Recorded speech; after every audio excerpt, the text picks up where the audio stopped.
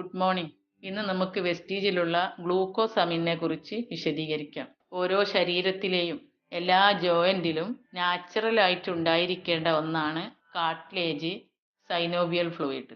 ഈ കാർട്ടിലേജ് എന്ന് പറഞ്ഞാൽ ഓരോ ജോയിന്റിലും എല്ലുകൾ കൂടിച്ചേരുന്നിടത്ത് എല്ലുകളുടെ അറ്റത്തുണ്ടാകുന്ന ഒരു ആവരണമാണ് കാർട്ടിലേജ്. ഈ രണ്ട് എല്ലിൻ്റെയും അറ്റത്തുള്ള ആവരണങ്ങൾക്കിടയിൽ വരുന്ന ഒരു ദ്രാവകമാണ് സൈനോവിയൽ ഫ്ലൂയിഡ്.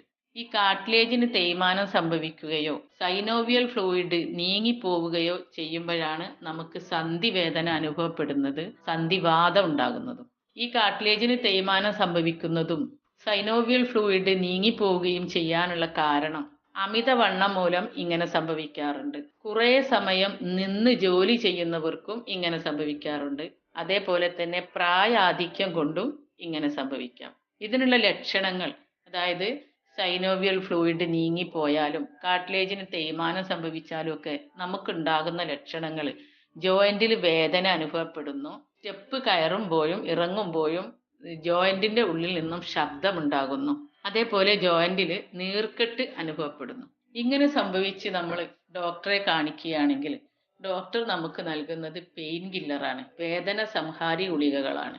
ഇത് നമ്മൾ കുറേ കാലം കഴിച്ചാൽ നമുക്ക് ഒരുപാട് സൈഡ് എഫക്റ്റുകൾ ഉണ്ടാകുന്നു. അല്ലാതെ രണ്ടാമത് സൈനോവിയൽ ഫ്ലൂയിഡ് ഉണ്ടാവാനോ കാർട്ടിലേജിന്റെ തേയ്മാനം ഇല്ലാതാക്കാനോ ഒരു മരുന്നും അലോപ്പതിയിലില്ല.